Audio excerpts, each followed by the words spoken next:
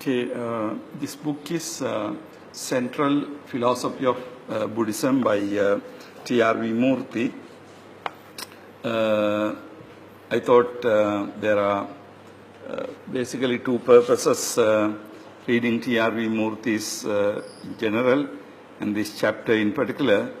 Basically to understand some of the main Buddhist philosophical writings of recent time. Apart from that, reading this T.R.V. Murthy helps us to develop some understanding of Nagarjuna discussions we are having. T.R.V. Murthy's is one interpretation of Nagarjuna which I do not accept it as the right interpretation of Nagarjuna, but T.R.V. Murthy's interpretation is a very powerful interpretation, and I suggest that all of you read the entire book because it is important work. But when we read this chapter, we will see how T.R.V. Murthy's interpretation has been developed. If we need, we will read more chapters. I have made about 10 questions for you, but these questions are for you to keep in mind when you study this chapter. So here I have Avyakruta is translated as inexpressible. Is it inexpressible or inexpressed? Do you see a difference? The author says that Avyakruta questions are invariably enumerated as 14. Do you agree? In section 1, author discusses several interpretations of Avyakruta. What are they? Briefly describe each.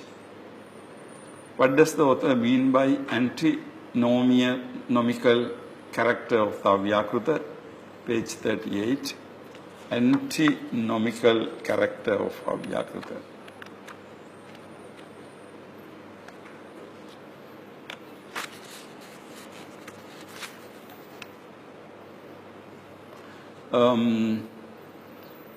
From thesis and antithesis type formulation, synthesis could arise.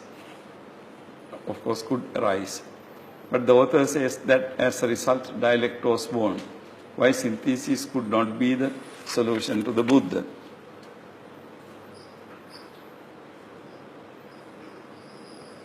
What is the Abhidharmakosha interpretation of Avyakruta? Is it different from Pali analysis? If so, how? Pages 41-44.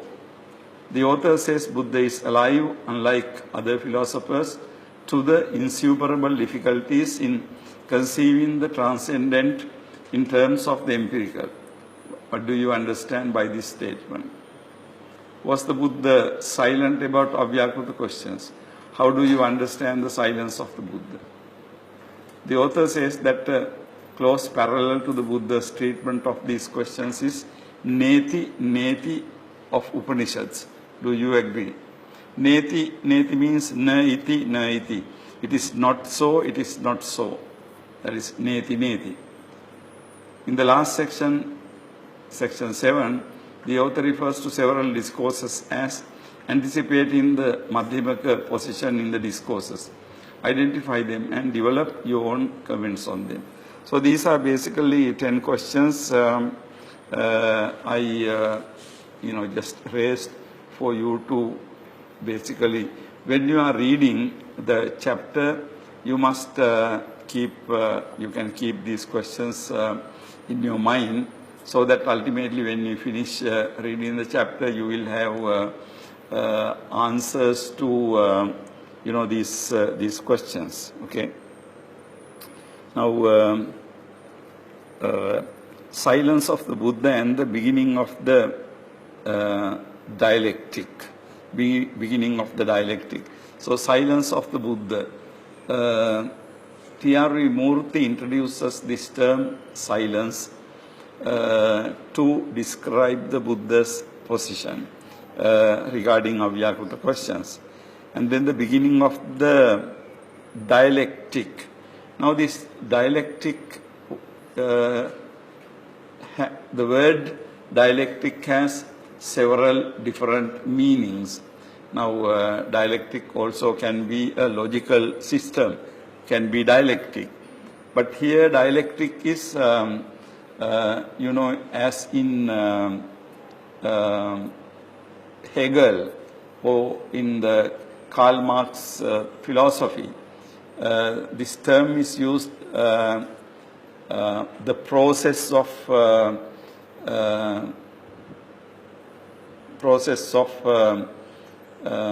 evolving something through thesis, antithesis and synthesis. And dialectic there means basically not necessarily a logical system, but really going beyond thesis, antithesis type dualism and the method of transcending those dualisms. So the dialectic is used in that specific sense. So what you can do is actually refer to a good dictionary and see various senses of the word dialectic. Now in here dialectic is used not to refer to any logical system as such, but to the process of transcending the dualities and transcending dualities and occupying a position which are not characterized by any kind of duality. So when we keep on reading, we will see more to it. Buddha declared certain questions of a distinctly metaphysical character to be unanswerable. For a correct understanding of Madhyamaka system, it is necessary that the silence of the Buddha should be properly appraised. It is our contention that the Madhyamaka dialectic is anticipated in essentials by Buddha. The Madhyamikas have but systematically formulated these suggestions and drawn out their implications fully. So Buddha declared certain questions of distinctly metaphysical character. What are the metaphysical character, metaphysics? Now we talked about physics and also metaphysics. The term metaphysics is being used by Aristotle. He has a section on physics. What he did not include in the section of physics, he put in metaphysics, meta. Now this particular word meta means beyond. So what is beyond physics is metaphysics. So what doesn't come under metaphysics is physics is metaphysics. So meta, basically we use this term, meta means something higher, something on top of that, something like that. Now it is something like in our usage abhidhamma. So dhamma you have, and then we have abhidhamma, right? So there abhi can mean about, on, or beyond. So when you discuss dhamma, abhidhamma is those things that are beyond the dhamma. So in the same manner, physics and then you have metaphysics. But basically in philosophy, this can mean This has a specific meaning and a general meaning. Metaphysics can mean in philosophy, general meaning is discussion of things. Okay, that is metaphysics. Specifically, you can say metaphysics is things beyond our sensory perception, things that do not come under sensory perception. For example, now when we talk about karma and rebirth, in the Western philosophy they say they are metaphysics. Metaphysics because they cannot be part of our sensory experience. Now in that sense, concept of God is metaphysics. Karma theory is metaphysics. Other world is metaphysics. So whatever that does not come under ordinary sensory experience can be metaphysics. Okay. But today in philosophy this term is used somewhat more general sense when we talk about the things in the world even that can be metaphysics. But here I think T.R.V. Murthy is using this term in a particular sense that things lying beyond our perception. Okay? So metaphysics is things lying beyond our perception.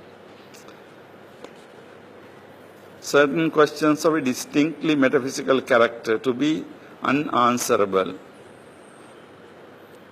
For a correct understanding of the Madhyamika system, it is necessary that the silence of the Buddha should be properly appraised. Now, silence of the Buddha, what is meant by here is, it's a more metaphorical use, the silence. Silence means the idea that Buddha kept silent. Buddha did not answer. Buddha did not talk about these things. That's a silence, okay? Silence of the Buddha. It is our contention. Contention means it is my opinion. It is what I want to prove, something like that. It is our contention that Madhyamika dialectic is anticipated in essentials by Buddha. Madhyamika dialectic is anticipated in essentials. That means although Buddha has not taught dialectic, Madhyamika type dialectic, Buddhism anticipates. That means from the Buddha's teachings, we can see that Buddha has seen it. Buddha's teaching anticipates in essence. In essence means not in complete detail, but if you take the essential basics, you can see that dialectic has been, meant by the Buddha. Anticipated. Anticipate means it has not come yet, but Madhyamika is something that came later. Buddha lived long time ago. But Buddha anticipated means through the teachings of the Buddha, you can see that something like Madhyamika dialectic was in Buddha's mind. Madhyamika have but systematically formulated his suggestions. What is the meaning there, but? Madhyamika have but systematically formulated his suggestions. Madhyamika have only systematically. So in other words, Buddha already indicated about it. Madhyamika systematically presented it. So it is not Madhyamika really invented it or something. No, it is already in the teaching of the Buddha, but Madhyamika presented it. And drawn out their implications fully. Draw out implications. Now this usage is also important in philosophical writings. You draw out implication means you say something. Implications are what that thing could mean, what other things that would entail from that. Implications are that. Now when you say something, what are the implications of that? Now even in day-to-day life we are not using that term very much, but one thing when we say that can have certain implications, right? And implications means included in that, but not said directly. Okay? Now, Madhyamikas have but systematically formulated these suggestions and drawn out their implications fully. They have drawn out, they have brought out the implications completely. implications are in that manner. What could mean by this particular position? The next possible, avyakruta, Sanskrita, avyakruta vastuni occur in very many dialogues. They are invariably enumerated as 14 and practically in the same order. They are invariably enumerated as 14. So T.R.V. Murthy says they are invariably means necessarily, without any change. They are always 14. And then practically they are same in the order. Now if you look at these two paragraphs again, Murthy translate avyakruta, abhyakata is Pali, avyakruta is Sanskrit, as unanswerable. So avyakruta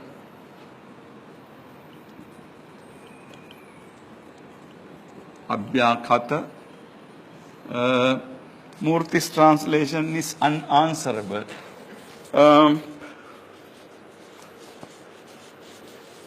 What do you think about this word unanswerable? Avyakruta, abhyakata. Grammatically, what is abhyakata in Pali language?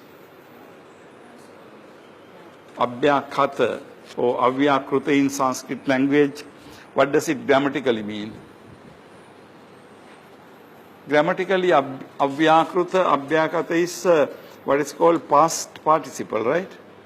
Abhyakata is a past participle. So, past participle. So, abhyakata, avyakruta. So, grammatically what this means is abhyakata, you can say unanswered,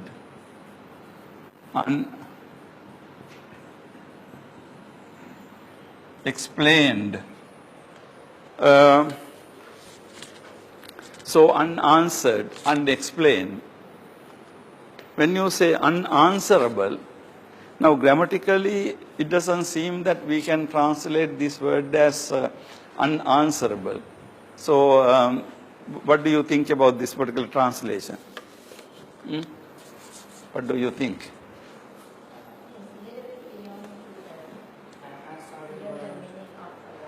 Pardon me? I think it is a little bit beyond the meaning of the word.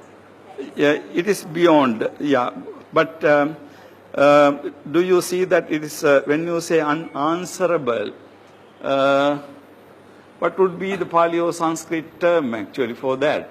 Because this is unanswered, because avyakruta, that have been not answered by the Buddha. What is the essential difference between unanswerable and unanswered? Unanswered means don't answer, but he has the ability to answer. Say it again. To my mind, unanswered, this word means you can answer, but no need. In this sense, no need. You don't want to answer, you don't answer. So unanswerable means cannot answer. Cannot answer, cannot answer. Yeah, that's very important. Thank you. So you see the difference between the two is unanswered means past participle. The Buddha has not answered. You can ask why Buddha did not answer these questions. Maybe any reason for that. Buddha has not answered. But when you say unanswerable, it has this idea that you cannot answer. Unanswerable. So, the meaning is totally different, right? Two different meanings. Unanswered is one, but when you say something is unanswerable, that means you cannot answer that question. So, it's, to put it differently, unanswered questions means, okay, Buddha did not answer these questions, that's all. But unanswerable questions is, you can say that even Buddha cannot answer these questions. Nobody can answer these questions. It also indicates a limit. right? When you say unanswerable, it indicates a limit. The limit is why certain questions are unanswerable. One reason is question is unanswerable because you don't know it. So then it is a limit of your knowledge. Question can be unanswerable because nobody knows the answer. So then it is the limit of knowledge in general. Question is unanswerable because language or words cannot use in order to answer that question. Then it is the limit of the language you are using. Or question is unanswerable because question is wrong. Wrong questions cannot be answered. So you can see when we say that the question is unanswerable, it talks about a certain types of limit. But when you say unanswered, unanswered can be for any reason. Now, I want you to see this difference because T.R.V. Murthy gives a particular interpretation to this whole thing, right? So, in order to facilitate his interpretation, he translates this word as unanswerable.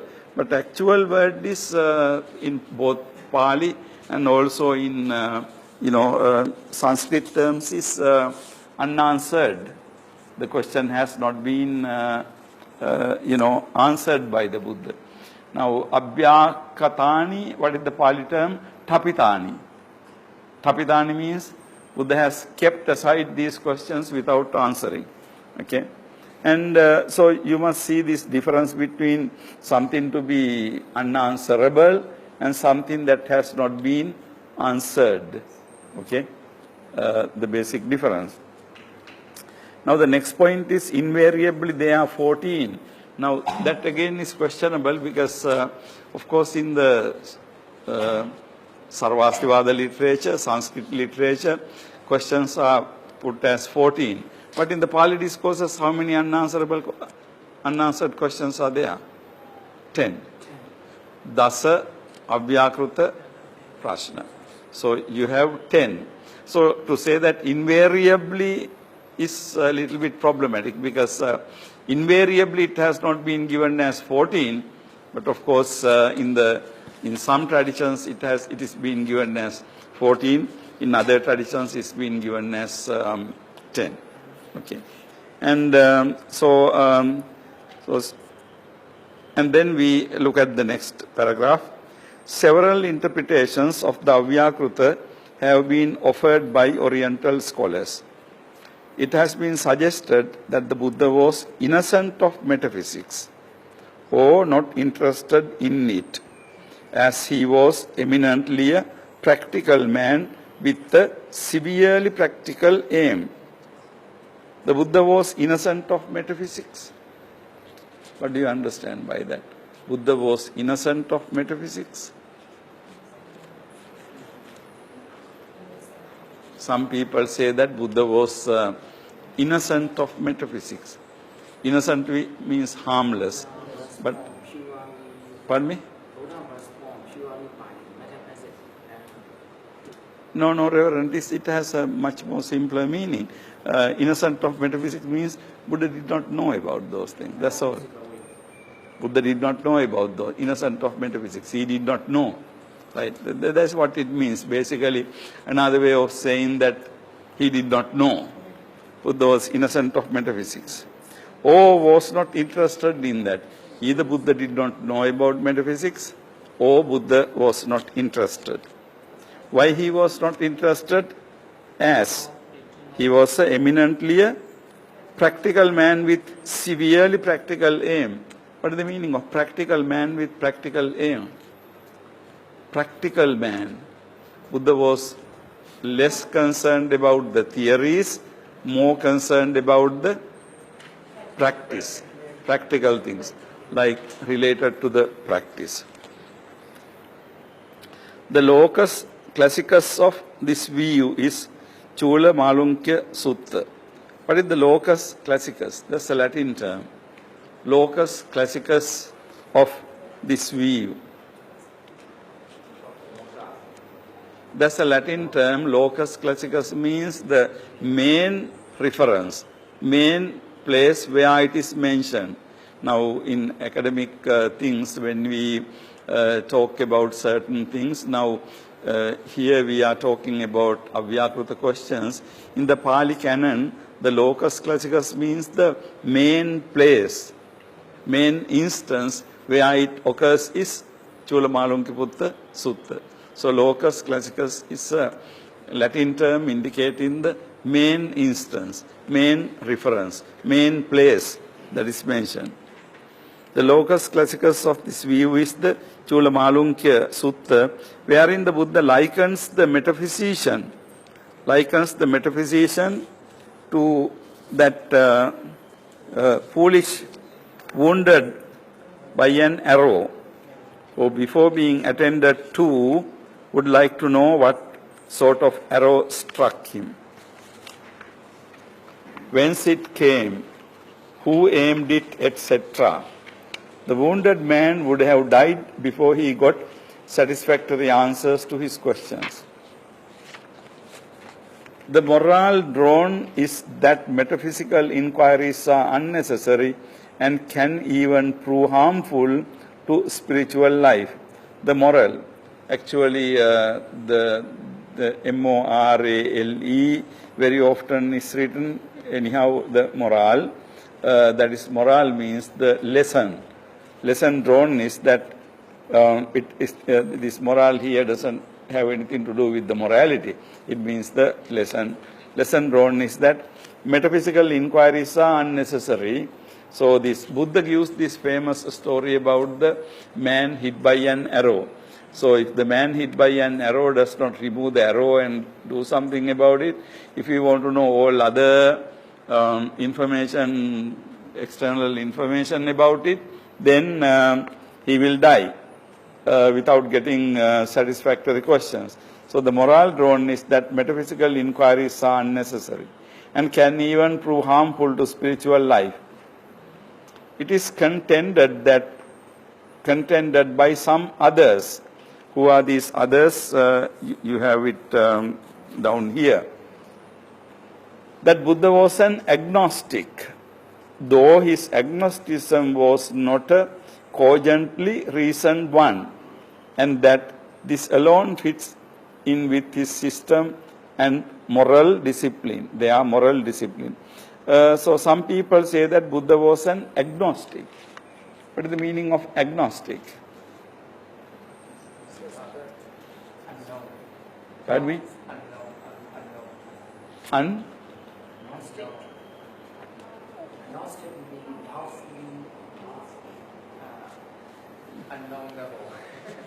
I didn't get that. What did you say?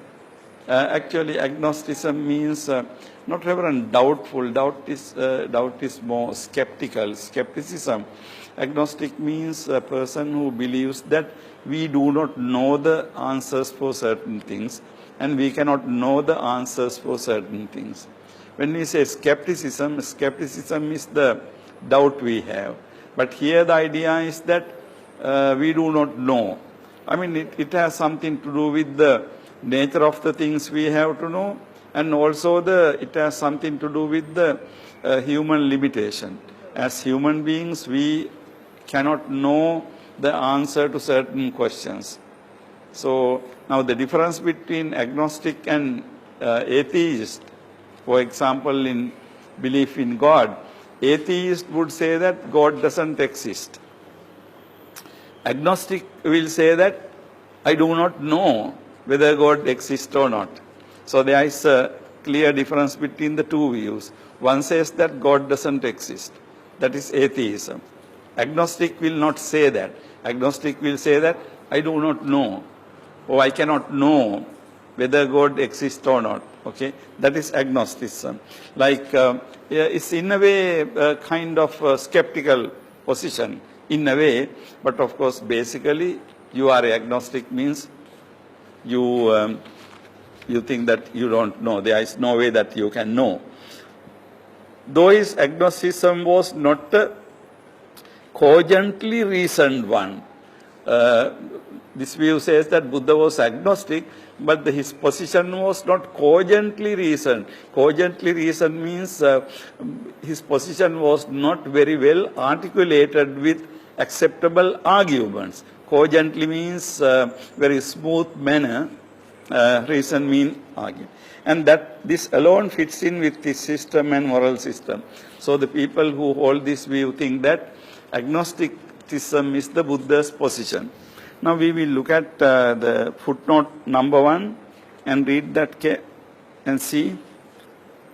It is quite legitimate to hold that the Buddha was a genuine agnostic, that he had studied the various systems of ideas prevalent in his day without deriving any greater satisfaction from them than any of us today do from the study of modern systems, and that he had no reason or other conviction on the matter.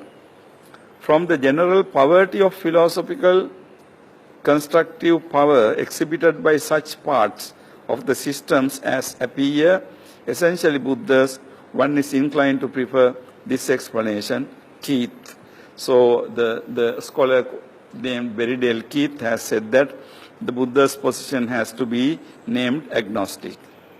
This leads clearly to the conclusion that agnosticism in these matters is not based on any reasoned conviction of the limits of knowledge. Now usually people go to agnostic positions because they have certain ideas about limits of knowledge.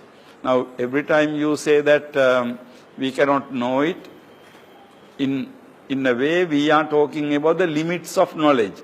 Now if there are certain things I cannot know, then that is my limit of knowledge. But suppose if there are things that no human being can know, then that is the limit of human beings' knowledge. So like that there can be limitations, limits to our knowledge, different limits depending on the people. There may be certain things we cannot know, humanly impossible things to know, and so on. So the limits of knowledge. It rests on the twofold ground that the Buddha has not himself a clear conclusion on the truth on these issues. So one reason may be Buddha himself doesn't have a clear conclusion about the truth, but is convinced that disputation on them will not lead to the disputation means fighting, arguing, having arguments, to the frame of mind which is essential for the attainment of nirvana. So he thinks that Buddha, it is even possible that Buddha did not have a clear idea, but of course he was also quite convinced that any disputations, any argumentations about these things will not lead to the nirvana. So based on this view, so that is footnote number 1. Buddha was an agnostic. So Oldenburg suggests that the questions ought not to be answered, and even that they could not be answered. So there you see a difference. Oldenburg suggests that the question ought not to be answered and that they could not be answered. So Oldenburg's position is the questions ought not to be answered. Now when you say ought not to be answered, it means that even if you can answer, you must not answer. You ought there means refers to some kind of ethical thing, or something related to duty, something related to ethics. You ought not answer means it is not good for you to answer, something like that. So you have to understand that meaning correctly. So according to Oldenburg, the questions ought not to be answered, and even that they could not be answered. The second is those questions are unanswerable, in the sense you cannot answer these questions, could not be answered. So they ought not to be answered and could not be answered. A negative answer or annihilationist interpretation is also given by some scholar. Some people have given a negative answer, annihilationist interpretation. Annihilation. Annihilation means complete destruction, uchcheda. Through the shirking of the questions as to the existence or non-existence of the ego is heard the answer to which the premises of the Buddhist teaching tended. The ego is not, or what is equivalent is nirvana is annihilation. So that interpretation tends to say ultimately nirvana is a kind of annihilation. Through the shirking of the questions as to the existence or non-existence of the ego is heard the answer to which the premises of the Buddhist teaching tended. So this particular view says that when you have this ego existence or non-existence, ultimately leads to the kind of answer given in Buddhism, because nirvana is annihilation. So that idea has been given by E.J. Thomas in his History of Buddhist Thought. So these are some of the views. These three principal interpretations, the practical, the agnostic, the negative, are stated here as specimens of the incorrect reading of Buddhism. So what is the practical interpretation? Who can say that? So what is the practical interpretation among the three interpretations? About these 14 questions, practical interpretation is what? Anybody can answer? Yes. What is the practical information? Practical agnostic and negative. Okay, but my question is, what is the practical interpretation? There are three interpretations given. What is the practical interpretation? What is the agnostic interpretation? What is the negative interpretation?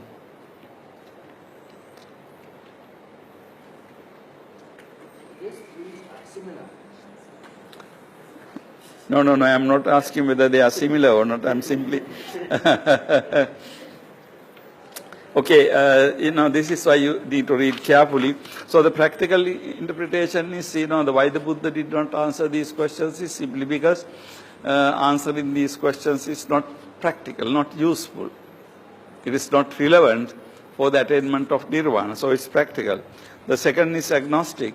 The agnostic question means Buddha did not answer because Buddha did not know. Simply, Buddha did not know. Or the answers could not be known. Nobody can know the answers. Buddha did not know the answers. Negative means actually something different. Negative interpretation means, like the Buddha, by not giving answers to these questions, Buddha showed some kind of negative aspect, negative attitude to the questions. So that negative attitude is because ultimately in Buddhism nirvana is annihilation.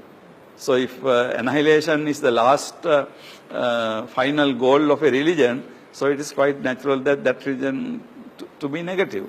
So the negative interpretation is that.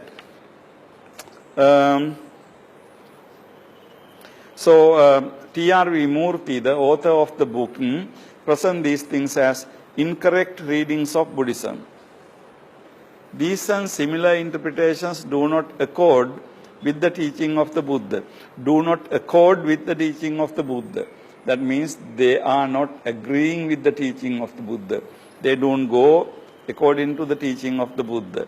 And the doctrine of the Buddhist schools. And also it doesn't go along with the doctrines of the Buddhist schools. So this is what the author says. These and similar interpretations do not accord, okay. We cannot have a way of life which does not imply a philosophy. We cannot have a way of life which does not imply a philosophy, an ultimate appraisal of reality. Now, what does that mean? We cannot have a way of life which does not imply a philosophy, an ultimate appraisal of reality. Who can write a commentary on this? This means we cannot live without philosophy. Yeah, you're right. We cannot live without philosophy. We cannot live We cannot have a way of life which does not imply a philosophy. I mean, there can be, many people who are living without a philosophy, but it means like they have not seriously thought about it. Like if you take, you as Buddhist monks and nuns, you have accepted the philosophy. And according to that philosophy, you have a way of life, right? So, but Murthy says that we cannot have a way of life which does not imply a philosophy. An ultimate appraisal of reality. So by philosophy, what he means is their ultimate appraisal of reality. I mean, what is our position about reality? Reality means the world. And we are living in the world, we are part of the world. And so we have some idea about including ourselves and the rest of the world, right? About other people, other things. We cannot have a way of life which does not imply a philosophy, an ultimate appraisal of reality. The human mind cannot for long be a state of suspense and postponement. What does that mean? The human mind cannot for long be in a state of suspense or postponement. Human mind cannot be in a state of suspense. Suspense means? Suspense is, you are just hanging, you have not drawn any firm conclusion. So you are on suspense, you are hanging. That means you have not drawn any conclusion, firm conclusion. The postponement means, again, you have not made an important decision, you have postponed it to future. So human mind cannot for long be a state of suspense and postponement. As regards the annihilationist interpretation, Dr. E.J. Thomas very pertinently observes. These are E.J. Thomas's views. It is certain, however, that this is a conclusion which the Buddhists never drew. So E.J. Thomas says Buddhists never drew this conclusion. You are drawing a conclusion, When you talk about the conclusion, you draw a conclusion. That means you. In this sutta, annihilation is rejected. It is not really to the point to say that Buddhist premise tended to this conclusion. It is not really to the point. The only real question is what conclusion did the Buddhists drew and what for them was the logical answer. So the more important question is what is the conclusion the Buddhists drew and for them what was the logical answer. They could not consider it nirvana as bhava, for it is not what is cognized by the senses, nor as non-existence, abhava.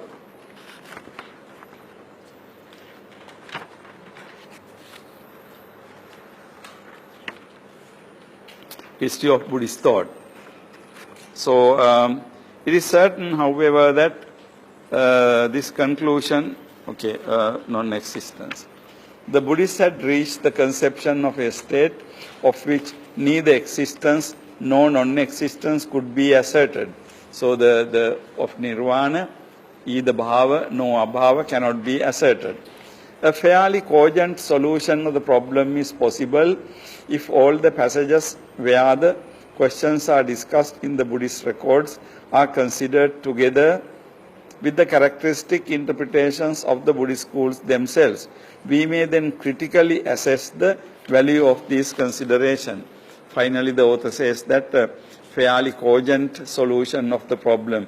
Cogent means without any logical difficulty, well argued, well knitted solution, cogent of the problem is possible if all the passages where this question has been discussed are, if we can study these things, this is, so to draw a cogent, solution, we need to know all the references where this occurs. But of course, whether we can do that or not is a different thing, Now, from that section, basically, what did the author do from the section 1?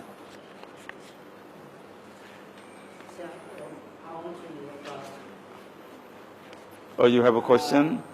Yeah. In this very Sutta, what Sutta? In this? What are you referring to? In this very Sutta, what Sutta? I want to read. Or Sutta is Chulamalungiputta Sutta, where Buddha refers to the. But we said as a locus classicus, the main reference in the Sutta Pitaka is Chulamalungiputta Sutta. Pardon me? Yeah, Avyakata question. So in the page number 1 you have 19 questions. no, not 19 questions. No, this sutta means basically Chulamalungiputta Sutta, Majjhima Nikaya. Okay. Okay, section 1 is basically on some interpretations. It talks about the practical interpretation, agnostic interpretation, and the negative interpretation of Buddha's attitude to these questions, have been discussed. So that's pretty much a straightforward section. We will move into the next section, number 2, antinomical character of the Avyakruta. All our authorities agree in enumerating the Avyakruta as 14. So he says again that, questions are 14, but again it is wrong. Because in the Theravada Pali tradition, questions are only 10. But in the most of the Sanskrit Buddhist literature, you have 14. But to say that all our authorities agree, I can't believe if we have seen the Chulamalungiputta Sutta, it has only 10. But anyhow, that's not a big deal. Actually, there are 4 sets of questions, 3 of which have 4 alternatives each. And the last one concerning the soul has only 2. So, there are 4 sets of questions. 3 have each 4. And then the one last question has 2 alternatives. So you know what alternatives means. Alternative means position. So one position as against the other position. So usually in the Chatushkoti, what we call 4-cornered logical system, there are 4 alternatives. But in the 2-cornered or bivalent logical system, we have 2 alternatives. Now, for example, alternative there means if I say something is true, something is false. So that means we have 2 alternatives. Now, sometimes we say true, false, both, neither. Then we have 4 alternatives. Chatushkoti logic we will be discussing when I come to Nagarjuna. Actually, there are 4 sets of questions. So 3 of which have 4 alternatives each. And last one concerning the soul has only 2. One does not, however, see why the last question 2 could not be logically formulated in the 4-fold way like the others. The questions are, the world is eternal, not, both, neither. Neither means neither eternal nor non-eternal. Whether the world is finite, infinite, both, neither. Whether the Tathagata exists after death, does not, both, or neither. Is the soul identical with the body or different from the body? Is the soul identical with the body? Is the soul different from the body?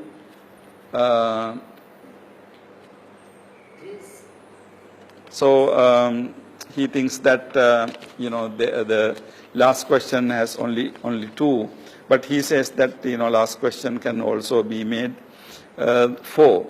Soul identical with the body, different, both identical and different, neither identical nor different. You can have. Anyhow.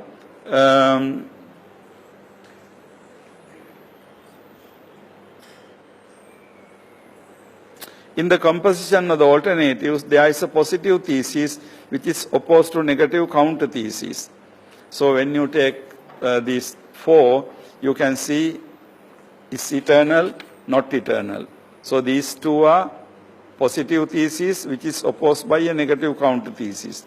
These 2 basic alternatives are conjunctively affirmed to form the third alternative, that means both, and the disjunctively denied to form the fourth. Conjunctively affirmed disjunctively denied.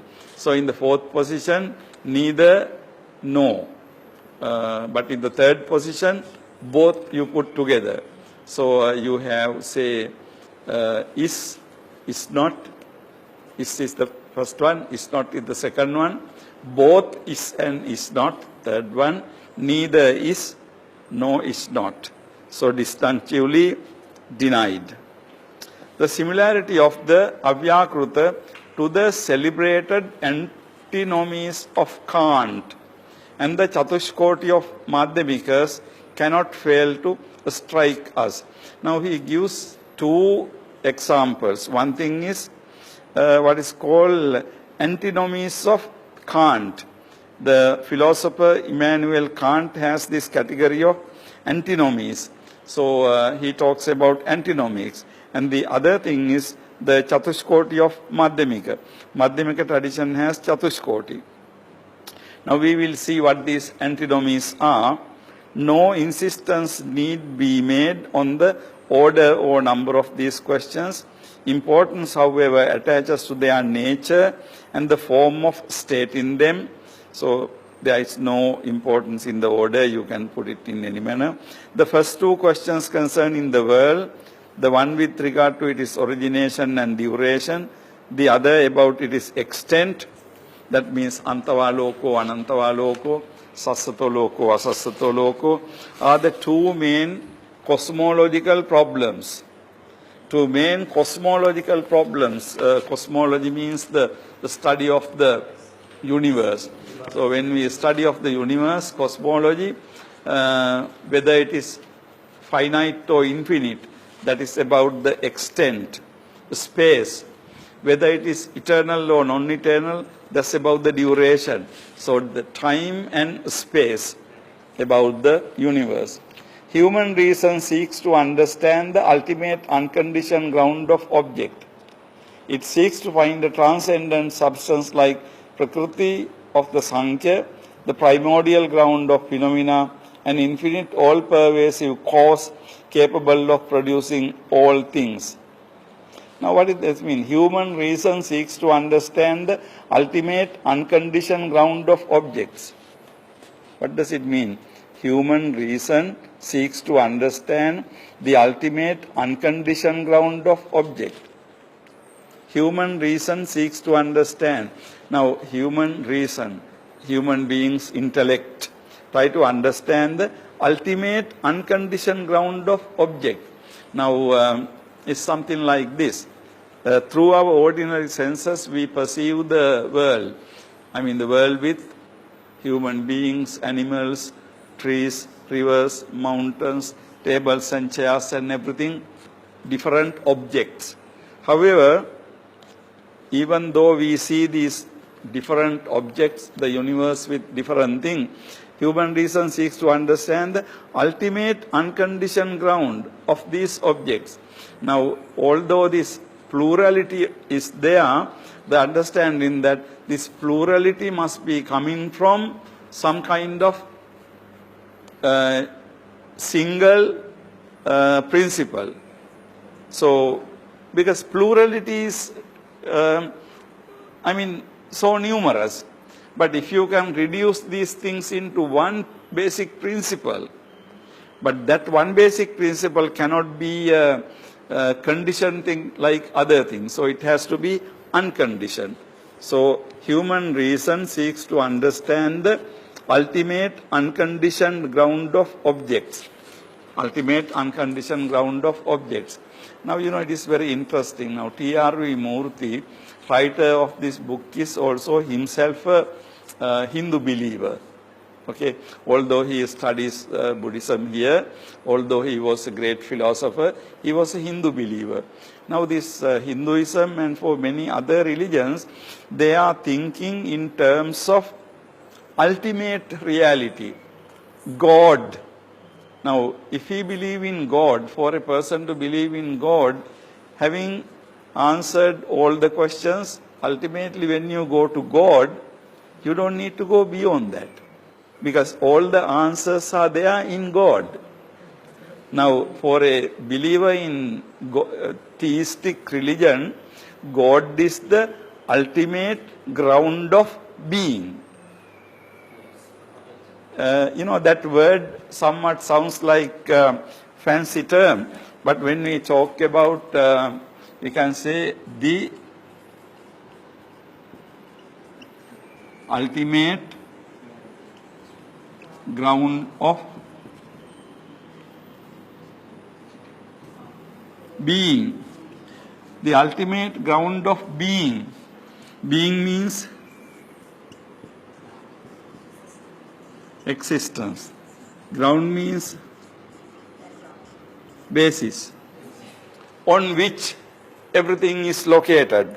So you talk about these things, but finally, now if you take the Christian world creation story, first there was only God.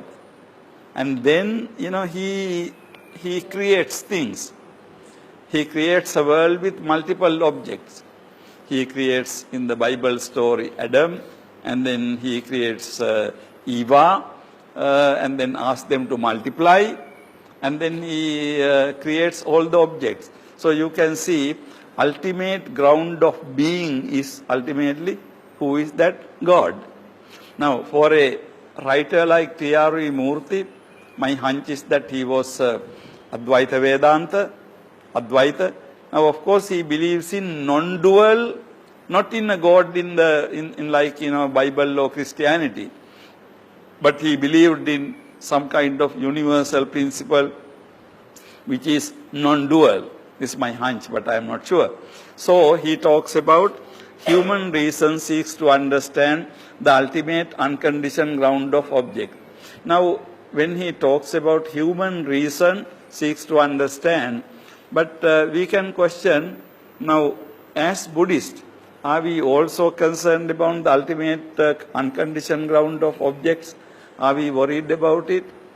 You can't say that everybody is worried about looking for discovering unconditioned ground of objects. No. Because Buddhists articulate their final goal in different manners. But here ultimately, when you are a Hindu, when you are a theistic person, you try to look at this metaphysical principle from where ultimately everything comes from. Yeah? In Aristotle philosophy, Aristotle talks about concept, he talks about what is called first cause. First cause. Now, first cause is like for everything you have causes. But ultimately, when you keep on tracing the causes, then finally you go backwards.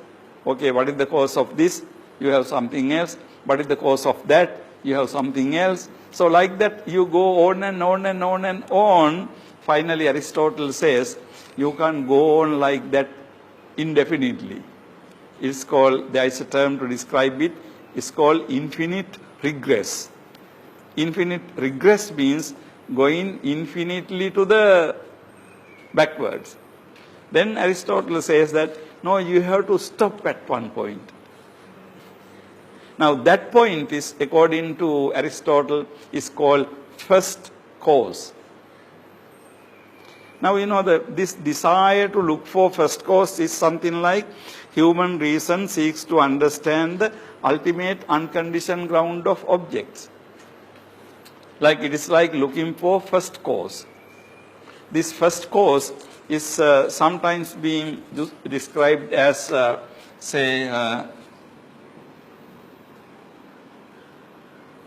uncaused cause.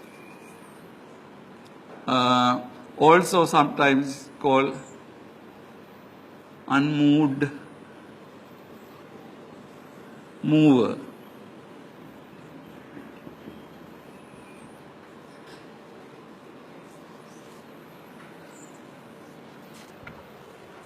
If you look at all these things, you can see now uncaused cause. Like when you keep on going backwards looking for causes, ultimately Aristotle thinks that there is something uncaused cause. That means first cause. Because if you think that this cause was caused by something, it was caused by something, it was caused by something, then you are going infinitely regressing behind. Then finally he says, okay, there must be a first cause.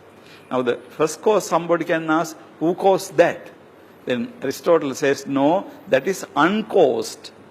So that is, even you can say, self-caused. That is self-caused, sayankatan. That is self-caused. Uncaused cause. It is the cause, but not caused by anything else. Same thing with unmoved mover. The idea was that if you look at the things, things are moving. Okay? In the universe, things are moving. The earth is moving. Planets are moving. Stars are moving. Now, someone asked a question, who moved them?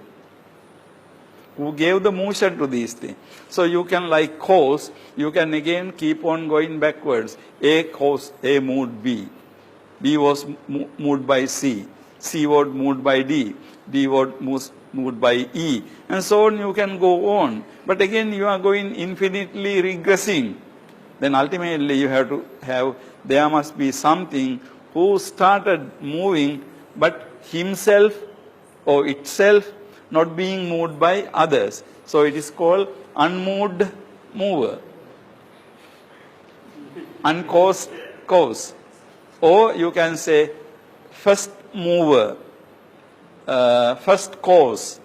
Now, this shows that how, now when, we are talking about Aristotle lived in the 3rd century BCE, people are trying to understand, the nature of the universe. So naturally you can, when you look at the causality, you can always trace the causes of something. But, ultimately when you think about more than what you see, you can see that human reason seeks to understand the ultimate unconditioned ground of object.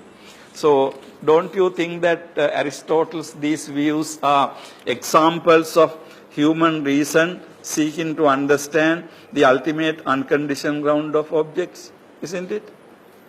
Don't you see some similarity there when Aristotle talks about unmoved mover? Because he thinks that if everything is moving, there must be some point where motion started without having anything else to move it.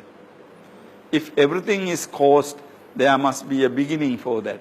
Now, these are again metaphysical thinking. Antava loko, anantava loko, whether the universe is infinite or finite. Whether universe finite means whether there is a duration limit from which it started. Actually, there is not much difference really. This what Aristotle tried to see was also about the universe. And to see how motion started, how causality started. So human reason seeks to understand the ultimate unconditioned ground of objects. It seeks to find a transcendent substance like the Prakriti or Sankhya. It seeks to find a transcendent substance like Prakriti or Sankhya. The primordial ground of phenomena. What is that? Primordial ground of phenomena. Now the primordial ground of phenomena is very much like ultimate unconditioned ground of objects. Both are same actually. Primordial means very first, very early. Primordial ground of phenomena. Primordial ground of phenomena. Like Prakriti of Sankhya. Now in the morning I mentioned Sankhya philosophy. Sankhya philosophy has two principles, Prakriti and Purusha. Purusha is the Atma, Prakriti is the nature. So, ultimate unconditioned ground of object is the same as the primordial ground of phenomena. An infinite, all-pervasive cause capable of producing all things. Now similar thing, an infinite, all-pervasive cause, all-pervasive means spreading all over, capable of producing all things. Now same thing like uncaused cause, right? Uncaused cause, like man is looking for something primordial ground of phenomena, or infinite, all-pervasive cause capable of producing all things. Now, when we talk about something capable of causing everything, that means it is not caused by anything else. It is not caused by anything, but it itself is capable of producing everything else. So this is the idea. The aim in the cosmological speculations, rational cosmology. Cosmological speculation means thinking about, speculating about cosmology. It's called rational cosmology. Is to reach the unconditioned ground of empirical objects. Unconditioned ground of empirical objects. So the empirical objects are objects that come into our senses, like tables and chairs. But ultimately, these empirical objects have unconditioned ground, basis, somewhere that goes beyond all these things. Unconditioned ground of empirical objects by means of regressive chain of reasoning. What is the means of regressive chain of reasoning? Regressive chain of reasoning means what I said, infinite regress. Regress means going backwards. By means of a regressive chain of reasoning, arguing from effect to cause. So you have the chair, you see, okay, who made this? Then you go to the cause. Then you go to the cause and you ask, who made the cause? Then you go to the next one. You know, it like manner, you go infinitely backwards. Actually, he is talking about infinite regress. Arguing from effect to cause. Stretched illegitimately, as Kant points out, beyond the possibility of experience. Stretched illegitimately, as Kant points out, beyond the possibility of experience. What do you mean by stretching illegitimately? What is the legitimate limit of stretching and what is the illegitimate? Now what it means is this, like when I see A, I can ask who made A, then I can go to B. When I see B, I can ask who made B and I can go to C, like that. But you know, there is always a limit we can go. There is always a limit we can go, right? Now, when we go beyond that limit, it is illegitimate, means it is not possible, it is not permissible for us to go like that. Because it is not permissible for us to ask questions like this, right? Now, for example, you know, like we take one man, A, who is his father, B, his father, C, his father, D, but how long can we go like that? Ultimately, we end up in, you know, some kind of situation where we cannot explain it, right? We cannot explain it. Then finally you say that, okay, it was created by God, who created himself, or something like that. Now this is what it means. So regressive chain of reasoning, stretch illegitimately. You cannot legitimately really talk about, but you know, you go illegitimately, as Kant point out, beyond the possibility of experience. Now, we go beyond the possibility of experience. That means there is a limit your experience can go.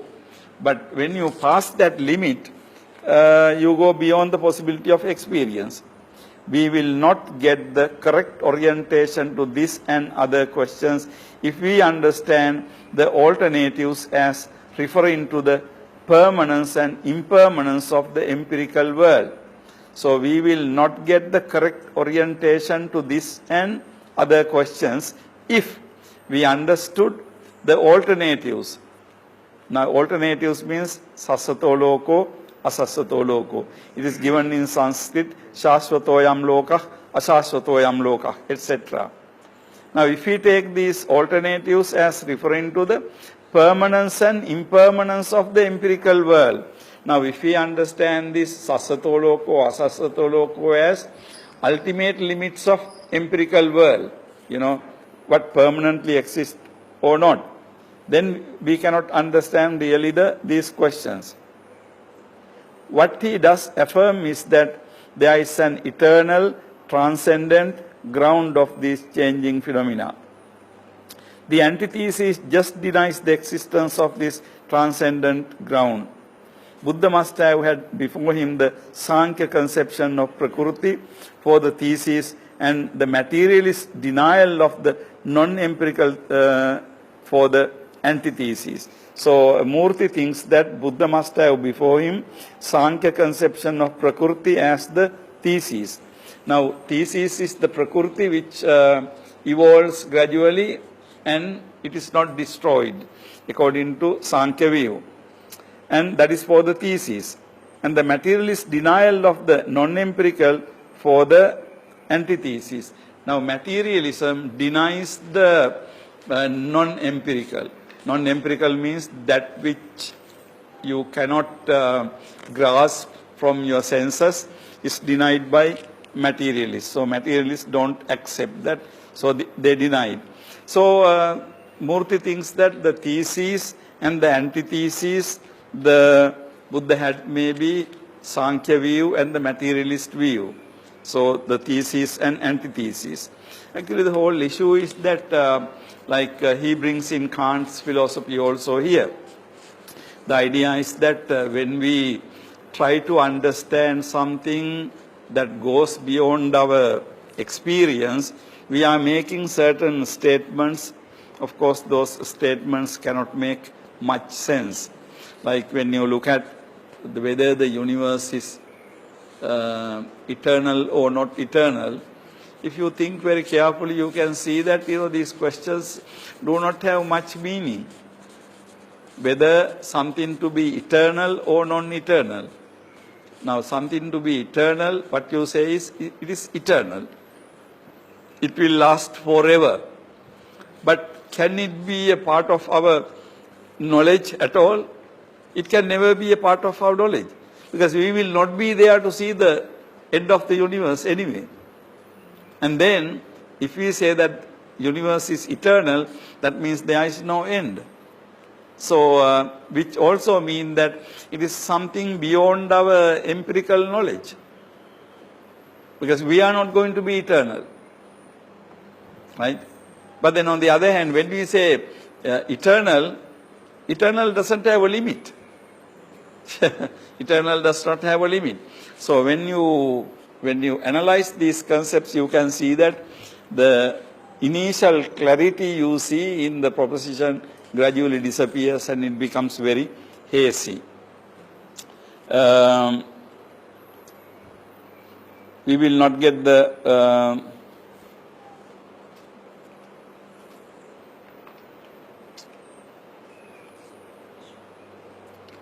for the eternalist does not and cannot deny empirical change. Because eternalists cannot deny and also change. What he does affirm is that there is an eternal, transcendent ground of these changing phenomena. The antithesis just denies the existence of this transcendent ground. So on the one hand, one person says there is unchanging transcendental ground. The other person says, no, there is no such thing. Now you see the whole position is twofold.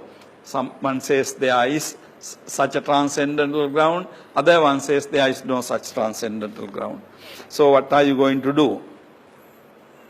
Okay, then continuing about the questions, the last question is about the self and the soul, self or the soul. Tang jivang tang sarirang. The thesis seeks to reach the ultimate non-empirical unity of the subjective states of an independent entity. The thesis seeks to reach ultimate non-empirical unity of the subjective states in an independent entity. Independent entity, if you take human being, then the subjective states of that person. If the self were distinct from the body and the states, anyojivo nyach shariram, it follows that it enjoys an unrelated, unconditioned existence apart from the body and the mental state. So on the one hand, one position is body and the soul are the same. The other is body and soul are different. So we know that body dissolves and dies, then the soul must be eternal. Now this is the idea. Its separate reality as consciousness, idealism in a broad sense, is simplicity as pure awareness. its immortality as not being composite, and it is freedom, follow, and natural consequences. Now read that again. If the self were distinct from the body, the states, it follows that it enjoys an unrelated, unconditioned existence. That means the soul, apart from the body, and the mental, apart from the mental state. It separates reality as consciousness. If we take it as consciousness, it is simplicity as pure awareness. It is immortality as not being composite. Composite means made up of parts. So not composite means not made up of parts. And it is freedom, follow as natural consequence. Now then of course it is freedom, follow natural consequences. That means if such a thing exists, then it must be free. The question is not about the empirical individual who is perceptibly subject to the vicissitudes of birth and death. Now, perceptibly subject to the vicissitudes of birth and death means you can see. Perceptibly means you can see that we take a person, that person undergoes birth and death. Vicissitudes means, the ups and downs and, these things of birth.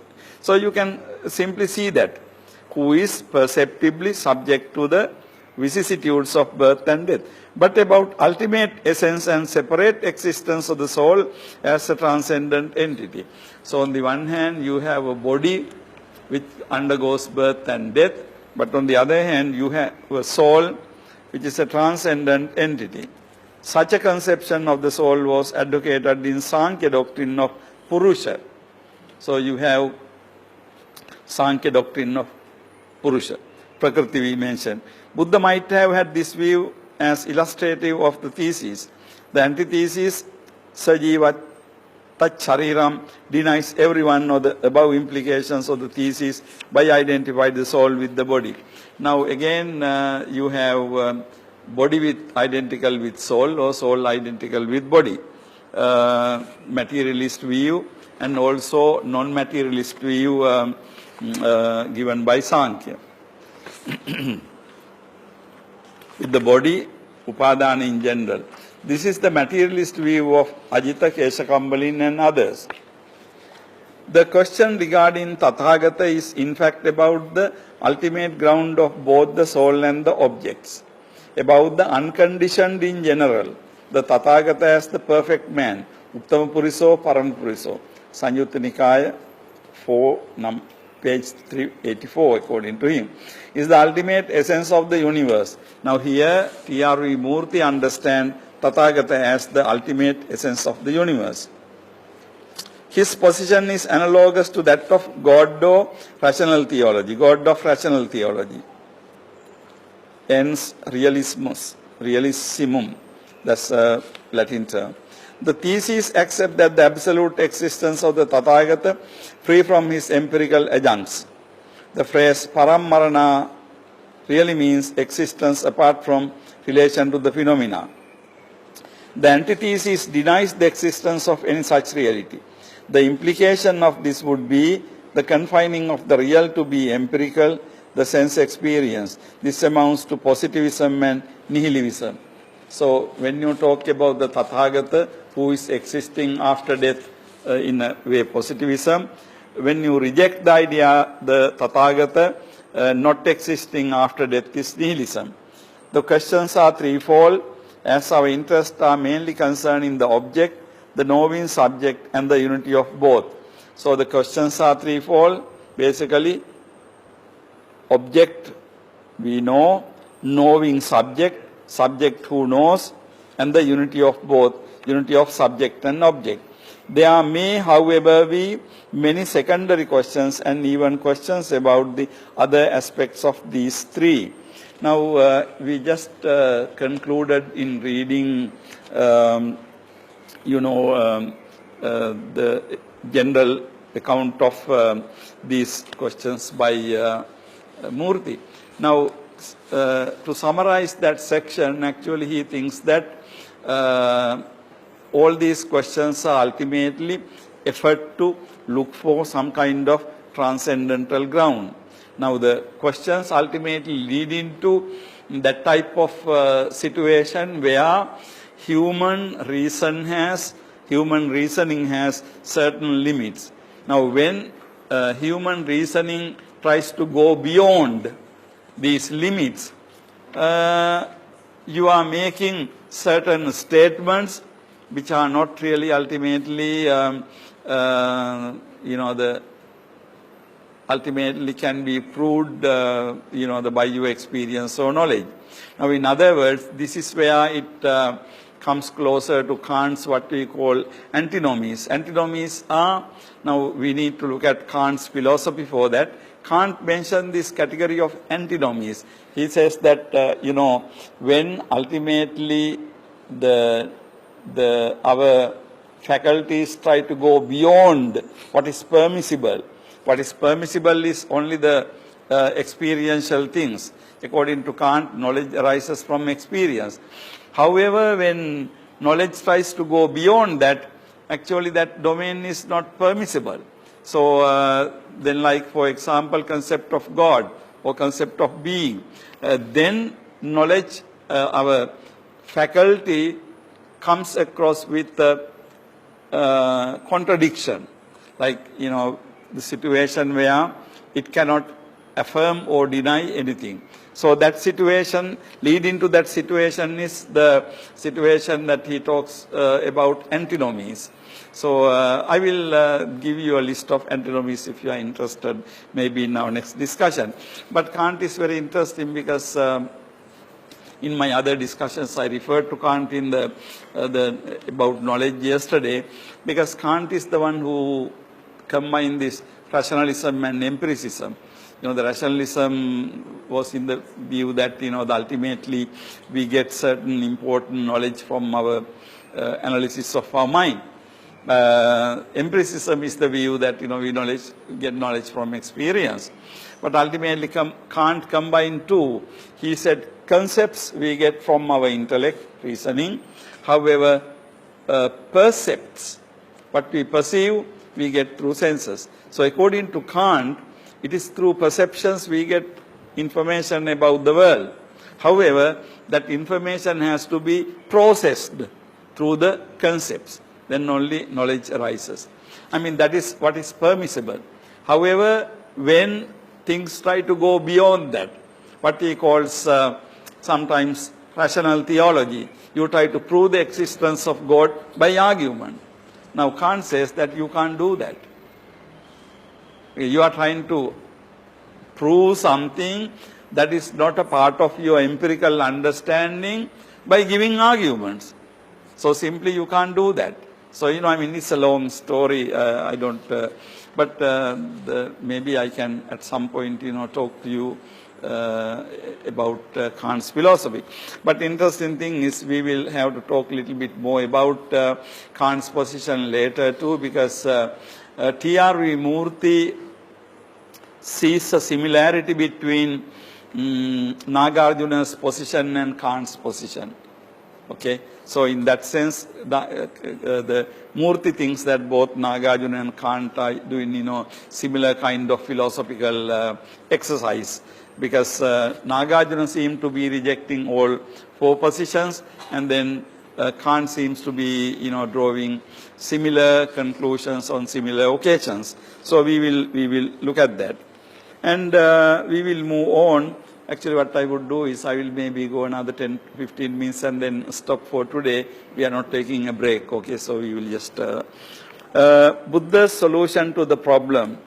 The formulation of the problems in the thesis, antithesis form is itself evidence of the awareness of the conflict in reason. Now this term, conflict in reason, actually this is a Kantian term. Conflict in reason means Kant thinks that when we try to draw conclusions about certain things that go beyond our sensory experience, then we are faced with what is called conflict in reason. So,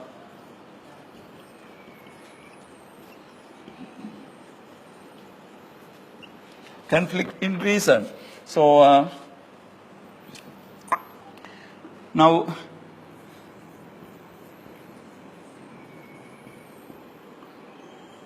antinomical character. So antinomies, conflict in reason.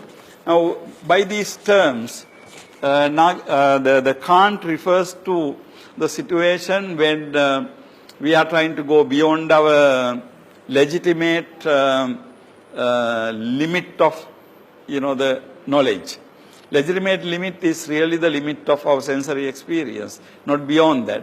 But when we try to go beyond that, particularly when we try to talk things like God, ultimately we are faced with the conflict in reason. So he says the formulation of the problem in thesis, antithesis form is itself evidence in the awareness of the conflict in reason. So he thinks that, T.R.V. Murthy thinks that, okay, sasato loko, asasato loko is a thesis and antithesis. So when you have thesis and antithesis form, it shows according to, T.R.V. Murthy, the conflict in reasoning. Because, reasoning cannot draw a conclusion. You affirm, you deny. But to see that either to affirm or to deny, you don't have any empirical grounds, You don't have empirical grounds to do that. You simply affirm or deny, but you are in the same boat, not very different from each other.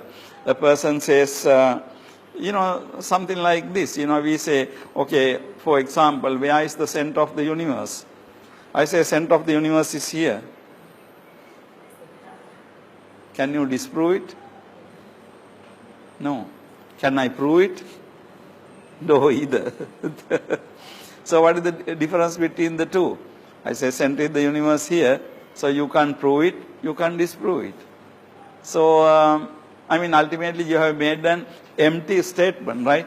That's all. Now, in certain other things, like if you say universe is eternal or not eternal, maybe sometimes you can use certain logical arguments to prove it or something. But again, it doesn't go beyond logic. Because eternal, non-eternal are not part of our experience. Of course, non-eternal things can be a part of our experience, but eternal things cannot be part of our experience. Eternity is not part of our experience, things like that. So formulation of the problems in the thesis, antithesis form is itself evidence of awareness of the conflict in reason. That the conflict is not on the empirical level, and so not capable of being settled by appeal to facts, is realized by the Buddha. So the conflict is not the empirical level. If it is in the empirical level, you can produce facts about the world to support your position. But he says that the conflict is not on the empirical level, and so not capable of being settled by appeal to fact is realized by the Buddha when he declares them insoluble.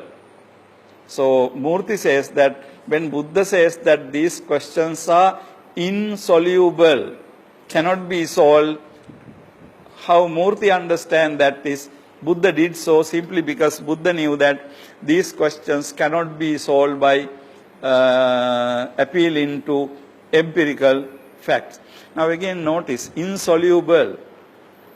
Now avyakruta doesn't necessarily mean insoluble or unanswerable, right? You can say unsolved or something, but he takes this to be insoluble. So why Buddha says this avyakruta or insoluble is mainly because Buddha sees that conflict is not on the empirical level and so not capable of being settled by appeal to facts. Look at the next sentence. Reason involves itself in deep and interminable conflict when it tries to go beyond phenomena to seek their ultimate ground. Now read that sentence again very carefully. Reason involves itself in deep and interminable conflict. Your reason means your reasoning power, reasoning faculty gets into a deep and interminable, unending conflict with when it tries to go beyond phenomena. Because actually a reasoning can go up to your phenomena. Phenomena means experience world. But when it tries to go beyond the phenomena or experience world to seek their ultimate ground.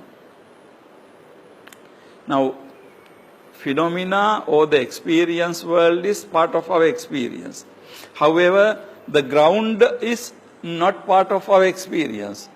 In order to understand the ground of the phenomena, you have to go beyond.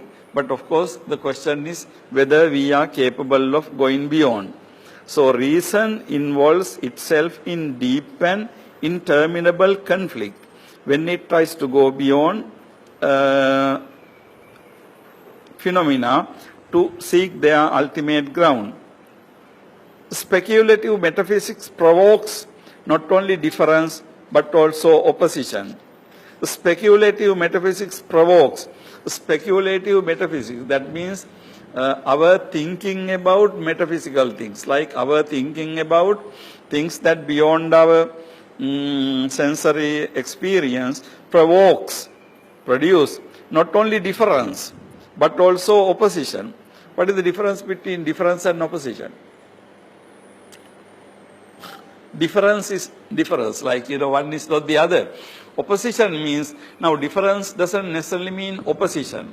Like, water is different from fire, but that's a difference. But they don't need to be opposite. Opposition means against each other. Opposition means one against the other. Difference means that they are not similar. So there is speculative metaphysics provokes not only difference but also opposition. If one theory says yes to a question, the other says no to the same. Okay, one says yes, other says no. We know from the dialogue that Buddha was acquainted with the different speculations, especially of the 6 Tithyas, heretics. The opening dialogues of the Digha Nikaya, Brahmajala Sutta, indicates the standpoint of the Buddha. He characterizes all speculations as ditthivada and consistently refuses to be drawn into the net. Now it refers to the Brahmajala net. So Buddha refusing consistently, always, he doesn't want to be drawn to the net. He is conscious of the interminable nature of the conflict. Interminable nature of the conflict. That means conflict is so dragging on, and resolves it by rising to the higher standpoint of criticism. Dialectic was born. So the Buddha's answer to the question is, one says the universe is eternal, the other says universe is not eternal. So you have theses and antitheses. Now, of course, the regular answer comes from synthesis. You put the thing together and generate something else. But according to T.R.V. Murthy, I think he is right there. Buddha doesn't go to either this position or to that position. He transcends both positions. You see the difference? Usually you have two opposing positions. Either you belong into one or you belong to the other. Then you are in the same boat. But here, he is conscious of the interminable nature of the conflict. So this problem cannot be solved. It drags on and resolves it. How the Buddha resolves it? By rising to a higher standpoint of criticism. You don't become a part of this thesis, antithesis thing, but he rises to a higher standpoint of criticism. He says, dialectic was born. That means this is how the Buddha's dialectic, where Buddha goes beyond these two positions and Buddha occupies a higher position. Okay. Dialectic is born. The Buddha then belongs to the Buddha then belongs the honor of having discovered the dialectic long time before anything approximating to it was formulated in the West. So Buddha seemed to have discovered dialectic. Anything comparable to that was formulated in the West. In the West, most well-known recent philosophers are Hegel, Friedrich Hegel, of Germany who articulated this thesis, antithesis, synthesis, and then it is Karl Marx who used that in political theory. We contend that Buddha reached a very high level of philosophic consciousness. Buddha reached a very high level of philosophic consciousness. That means Buddha was very highly philosophically sophisticated. And he did give an answer to the problem. So he gave an answer to this problem, the only answer possible for a critic of experience. Now, only answer possible for a critic of experience. Now, Buddha is an experientialist. Buddha talks about the experience. So, not as a metaphysician, not as a person belonging to this debate, but as a person who transcends that debate, Buddha gives an answer. So, his answer is the possible for a critic of experience. He is based on experience. Had he resiled from this position and given a yes or a no answer, he would have been guilty of that very dogmatism, ditti, which he so consistently condemned in others. Now, if Buddha says yes to any of these questions, or Buddha said no to any of these questions, then he would be guilty of the same mistake. He would be holding a view. Now, this is very interesting. Whether you say yes to a ditti or no to a ditti, you are inside the ditti. Okay? You are inside. You are accepting it. And then you are dealing with, the ditti. So, it doesn't make a big difference whether you yes or no. However, without saying either yes or no, you go to a higher position. Okay? You are not a part of that debate. Otherwise, what happens is, one class of people say universe is eternal, other group says not eternal. So, either you have to be in this group or you have to be in this group. There are only two groups. What can a person like Buddha do? I mean, he can't belong into this group or this group. Then what he can do is not belong into both groups. He transcends these positions, okay? Synthesis can be a position between the two groups. But Buddha doesn't like that. Thesis, antithesis, synthesis is a combination of the two. But Buddha doesn't accept that. So, Buddha goes beyond it. So, he is right. Had he resiled from this position and given yes or a no answer, he would have been guilty of that dogmatism which he so consistently condemned in others. On the opposition of the eternalist and nihilist views, Shashvatavada, Uchchedavada, Buddha erected another and more fundamental question, that between dogmatism, both Shashvata and Uchchedavada are species of dogmatism, and criticism, which is the analytic or reflective awareness of them as dogmatic theories. So what the Buddha did was criticism. Criticism means you are critiquing those positions, not belonging to them. You are neither eternalist nor annihilationist, but you critique both. Criticism is deliverance of the human mind from all entanglements and passions. Now read that sentence again. Criticism is deliverance of human mind from all entanglements and passions. So he sees criticism. Criticism means not get into any of those the bivalent positions, but transcending it by means of criticism. That means you do not accept either position, you go on beyond this. So criticism is the deliverance of human mind. So it is the freedom from all entanglement and passions. It is freedom itself. This is the true Madhyamika view standpoints. We shall enforce this contention by citations from text and arguments. Before we do so, we might profitably consider Abhidharmika, Vaibhashika Sautrantika interpretation of the Avyakruta. So now, in this book, this is what is T.R.V. Murthy is going to do, to show how the Buddhist position is going beyond these extremes. So not being a part of either this or that, something going beyond that. So according to T.R.V. Murthy, criticism is deliverance of human mind from all entanglement. Now you can remember when I gave you in my Madhyamika discussion, Prasangika position. Prasangika position is you refute. You refute the other views. Now criticism is something like that. You don't accept this view, you don't accept that view. Without being a part of any view, either view, you go beyond that. So this is in a way, actually, Murthy's interpretation of Nagarjuna is a Prasangika interpretation. We will see that when you read the whole book. Okay.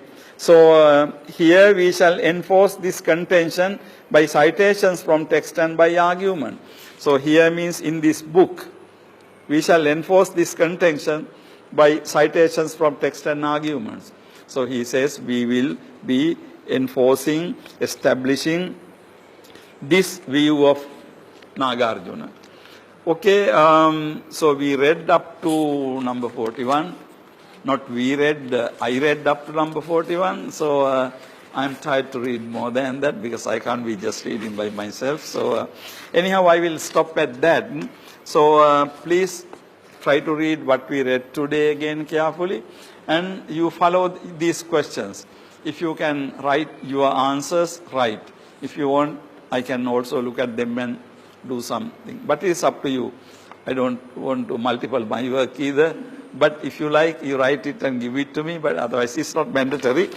But anyhow, read it. And also, when you try to come next week, try to read the whole thing. That will be easier for us to understand. Okay, I'll wind up. And then, do we have any questions? Or any particular word or any phrase or anything that you find difficult in this thing? Or are you all right?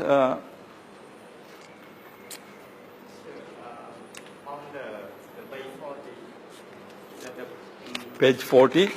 Okay. The question regarding the Tathagata.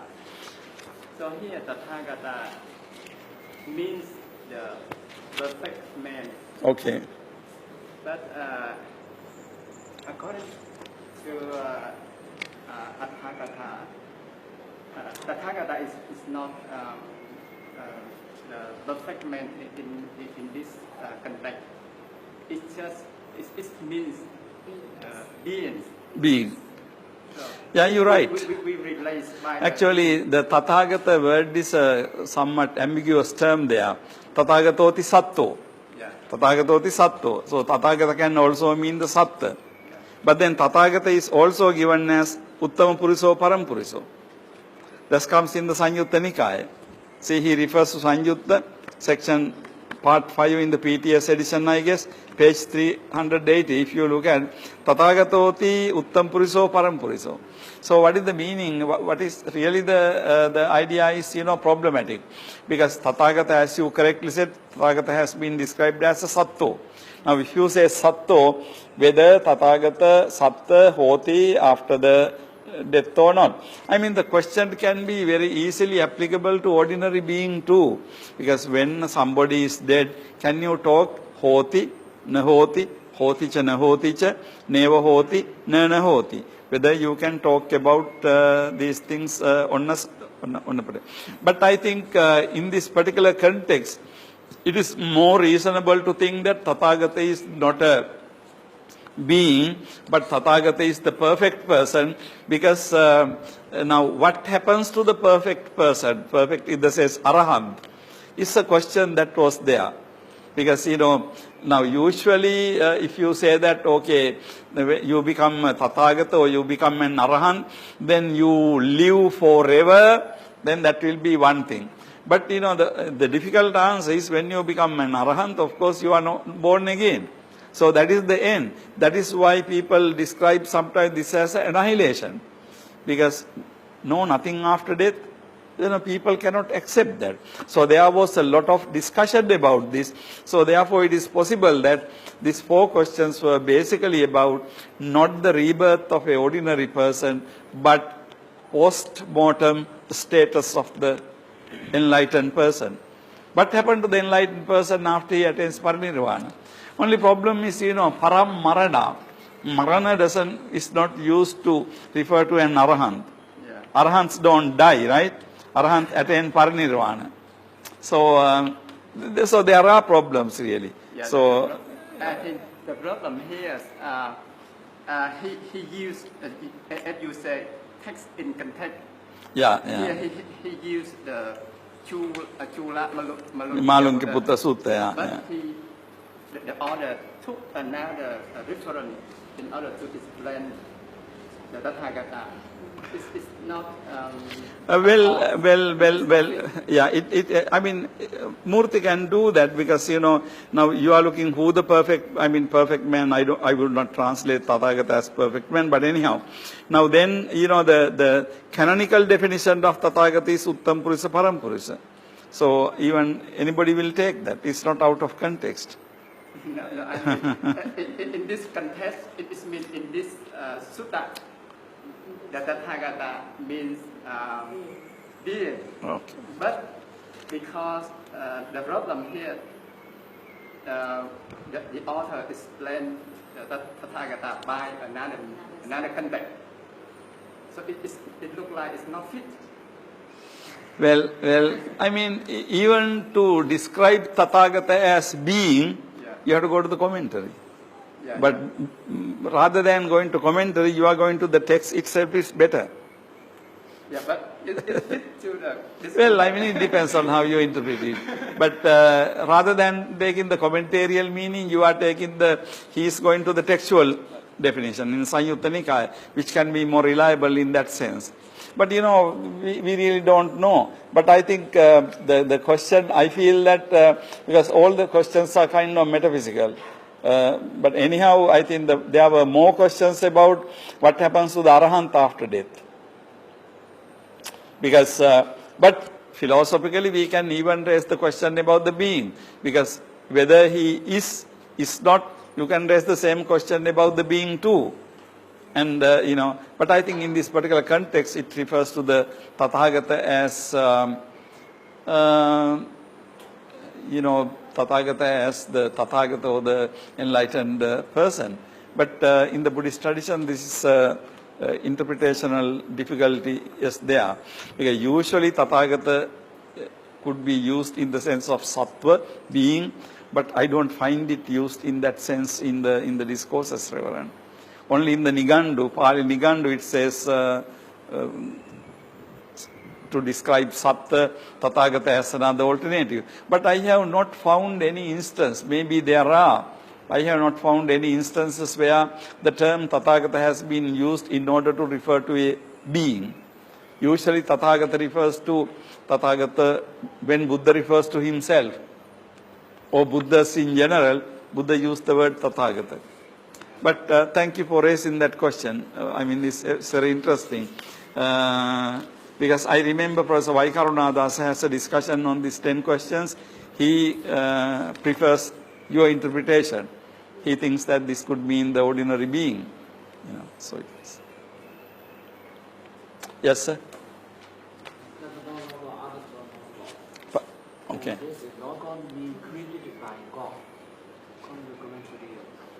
Loka.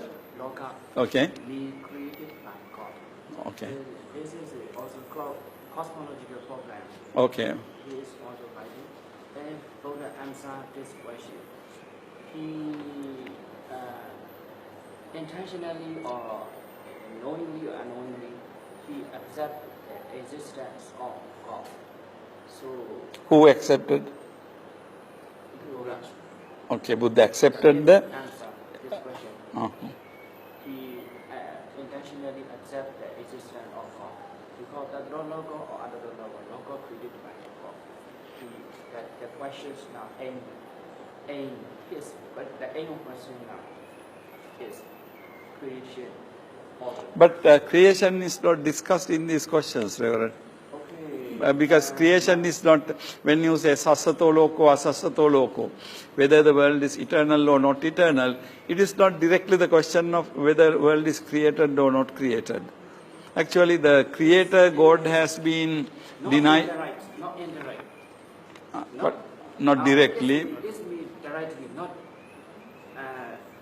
indirectly. The question of me indirectly. He said that logo, that it believe. He believed that the was is created.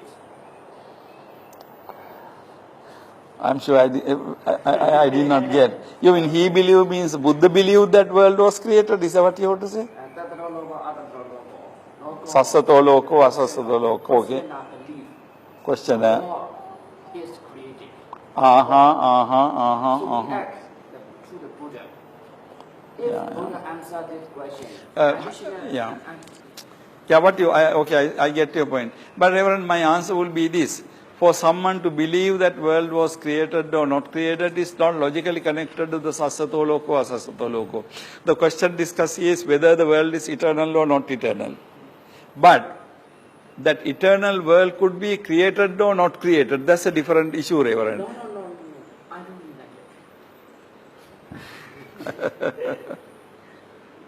that. The world created by God is eternal or not eternal. Not created is not eternal or not eternal. I don't mean. No. I didn't say that creator is eternal. No. What I said is also that. I mean, what I'm saying is there is no logical connection between the two questions. Okay, two questions can be standing independently. When you say world is created by God or world is not created by God, that is one set of proposition. But whether world is eternal or not eternal is another set of proposition. I do not see by asking the question, is the world, universe eternal? That doesn't mean that I accept that universe was created by God. No. Even if I don't believe that universe was created by God, I can still ask the question whether it is eternal or not. So we really don't know, Reverend, because there is no logical connection or there is no implication simply by asking whether universal is eternal or not eternal. Whether you are a creationist or non-creationist. These are two different problems. Of course, both questions are important, but they are logically not connected, okay? I mean, because somebody can be completely atheist and still believe that universe is eternal for those grounds. Another my comment. Translation, unsolved question. And you have already this writer has already three kinds of translation principle of translation, practical, and agnostic and negative. And you have already know Buddha why he didn't answer that question. It's nothing to do with liberation from suffering or wrong effect. So Buddha became silent. I think if I comparison and to gain nirvana, I mean the full effect comparison. It is the noble path is very higher, very high. It is very highest. This question is very lowest, very small. No need to answer. So it is a ridiculous question. They are ridiculous question, not unsolved or unsolvable question. I think so. So we can say it is not practical. And also agnostic, maybe agnostic and negative. Because this is not good effect to gain nirvana. This question, the absolute question is not effective to gain nirvana. So we can say it is negative. Well, actually, the author rejects all three positions. Yeah. But I think in the discourse, the given reason is practical. Netan nibbidayana viragayana nirodayana upasamaya na abhinyaya sambodhaya nibbanaya samvattati. So the Buddha's answer is that is not relevant. So Buddha's answer is basically practical answer. But T.R.V. Murthy thinks that is not the right answer. I mean, it could be, but according to Murthy, there is another reason. This is why he wrote this book. But I think this Buddha's answer to the question is not practically important, it's very important. We can't reject it. But at the same time, when we look at the nature of the questions, we can see that there is more to it. Simply you can say that these are not useful. And then you can ask further question why they are not useful. And then, what is the nature of these questions and so on. Then you can see that these questions require, these questions require some sort of logical analysis. Some questions, when you look at the questions are meaningless. So like that, so there are many ways to analyze the questions. But the basic answer given by the Buddha is, they are not practically useful. Yeah. Yes. I can understand clearly this sentence. What is the page? As you research from this position and given. What is the page, Reverend? 41 page. Okay, 41. Yeah, read it. Yeah. Page 41, yeah, we read half to it. Sentence 4. Okay, go ahead. Yeah. As you research from. Resile from this position and given a yes or no answer, Yeah. he would have been guilty of that very dogmatism which he so consistently condemned to others. Is that the sentence? Yeah. I can No, what it means is this. If Buddha says either yes to any of these questions or no to any of those questions, then Buddha becomes guilty of holding a view, ditti. Now, sassato loko is a ditti. Asassato loko is a ditti. Now, if you say sassato loko is correct, then Buddha is guilty of holding a ditti. And if sassato loko is wrong, asassato loko is right, if Buddha thinks, then Buddha is again holding a ditti. So either way, whether you say yes or no, Buddha is holding a view. So if Buddha is holding a view, then of course he is guilty of holding a view. Because whatever the view, whether it is this or that view is a view. This is what he says. So Buddha cannot answer by either yes or no. Here, don't miss teaching. Don't miss teaching. Medicine. Don't medicine. Explain deity. I don't like this word. Which one is the word? Yeah. What's medicine? Explain the dictionary. What is the word Reverend, you are talking about? Yeah, don't medicine. Dogmatism. Okay. I don't like this word. Between dogmatism. Deity. No, dogmatism doesn't mean, these words have many meanings. Dogmatism means holding any view permanently, tenaciously is dogmatism. Each word has many meanings, okay? Now here, between dogmatism and criticism. Now, one position is dogmatic, means you are holding a view, saying that it is true. That's dogmatic. Actually, this English word dogmatic comes from dogma. Dogma is the Christian religious terms that you have to believe without questioning. So dogmatic means you are no questioning, you just say yes or no to it. That's what it means. But don't go after words very much. But here dogmatism means holding a particular view thoroughly. So you are dogmatic. It can be any view. So the English language, this word is used in a very common sense. But original meaning may be related to Christian religion. You hold on to dogma. That's dogmatic. But even if you don't hold to dogmas, even if you say world is eternal, then you are dogmatic. Okay. All right, so I think we will wind up from here. Thank you very much for asking questions and taking part in the discussion. So see you next week. Okay.